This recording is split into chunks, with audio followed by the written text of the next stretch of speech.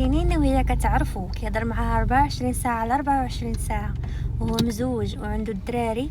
والنهار ديال عرسهم السيده كتفاجئ براجلها جالس قدام بنت نجاة عتابو ساميه. خاصنا نعطيها التحيه على الصبر اللي عطاها الله، على على القوه ديالها، انها قررت تنازل على كل شيء. قررت انها تحبس الزواج من بعد 24 ساعه من العرس، حفاظا على الكرامه ديال مراته وديال وليداتها.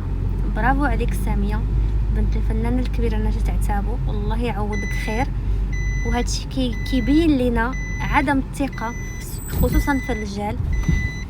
يعني 24 ساعه على 24 ساعه وما كيهضروا، ما عمرها ما شكت حتى 1% انه السيد عنده الدراري وما بخبرهاش.